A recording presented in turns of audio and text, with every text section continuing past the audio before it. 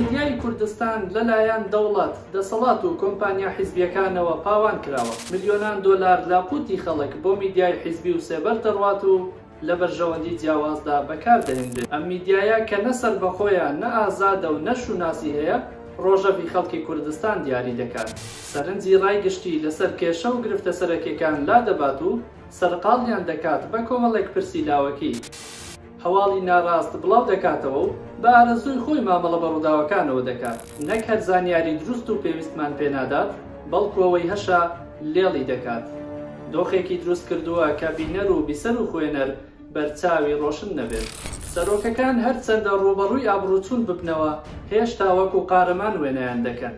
هەرچەندە شکست بێنن لە پرۆژە سیاسیەکانیان لە مێدیادا هەر فریاد ڕەسن. مادەم ئەو معارزێ بکەن ئەمیش هەندە حسابێ بۆ ڕایۆ یەک بەشەرن. سیاست لەسەر فێڵ بینا ناکرێت. حرمەت و ڕازگۆیی ئینسان لەسەر و هەموو شتێکەوەیە. سەرنجی ڕەوتی میدیای حیزبی و سێبەر بدەن. لە یەک کاتدا هەم باسی نیشتیمان پەروەری دەکەن، هەم بانگەشە بۆ داگیرکەر و دیکتاتۆرەکان دەکەن. ji bo rizgarkirina rojhilatê Firatê aj destê YPG di nava çend rojan de dest bi operasyonê bikin. ئێمە ئێستا لە ماڵی سەدام حوسێنی لە عەمان. ئەم میدیایە فەرهەنگی بارگاوی بە ئەجێندای سیاسی دەرەکی هاوردە دەکات و فەرهەنگی ئێمەی تێدا دەتوێنێتەوە. بەردەنگ لەگەڵ هونەرێکی ئاسنزم ڕادێنێت و سەلیقەی تێک دەدات. چینێکی بچووکی دەوڵەمەند دەکاتە پێوەر و وێنای ژیانێکی شەهانە دەکات. ڕەواج بە گوتاری نەژادپەرستی، پیا و سالاری، سێکسیزم و کۆنەپارێزی دەدات. لە هەمان کاتدا پەلاماری پێکهاتە بێدەسەڵاتەکان دەدات و هانی ڕایگشتی دەدات بۆ بەگژداچوونەوەیان. ناوچەگەرێتی و پارچەگەرێتیش سیمایەکی دیاری ئەم مێدیایەیە و ڕۆژانە هەستی پێ دەکەن. خۆستێ لای ئەم وڵاتە تۆفان بیبات، ئەمانە لە بەزمی خۆیان ناکەون. لەمە دوا لە ڤیدیۆ کەناڵەکەمەوە لە یوتیوب و پلاتفۆرمەکانی دیجیتال میدیا بە زمانێکی سەنگینی کوردی و بەڕوانگەیەکی ئازاد و کراوە بەرهەمی مێدیایتان پێشکەش دەکەم.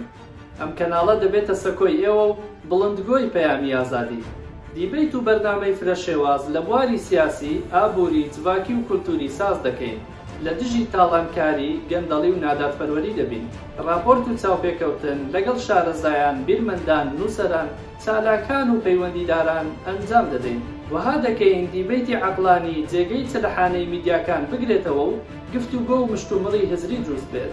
لەوانەیە ئەم باسانە کەمێک وشک و بێزارکەر بێنە پێش چاو، بەڵام بەدەم ڕۆتی کارەوە جار جار بەزمەساتی شادی هێنش دێتە ئارەوە. ئەم هەنگاوە دەست پێشخەریەکی سەربەخۆیە. پێویستیم بە دامەزراندنی تیمێکە لە بواری دەرهێنان ڤیدیۆگرافی و مۆنتاژ. بۆ مەبەستەش پێویستیمان بە پشتیوانی داراییە. لە پێناو پاراستنی سەربەخۆیی، ناوەڕۆک و سەنگی ئەم کارە ئێمە هاوکاری لە هیچ دەسەڵات و حکوومەت و حیزبێک وەرناگرین، بەڵکو تەنیا پشت بە کۆمەک و پشتیوانیەوە دەبەستین. ئەگەر دەتانەوێت بەشدار بن لە دروستکردنی میدیای ئالتەرناتیڤ، تکایە پشتگیری لەم ڤیدیۆ کەناڵە بکەن.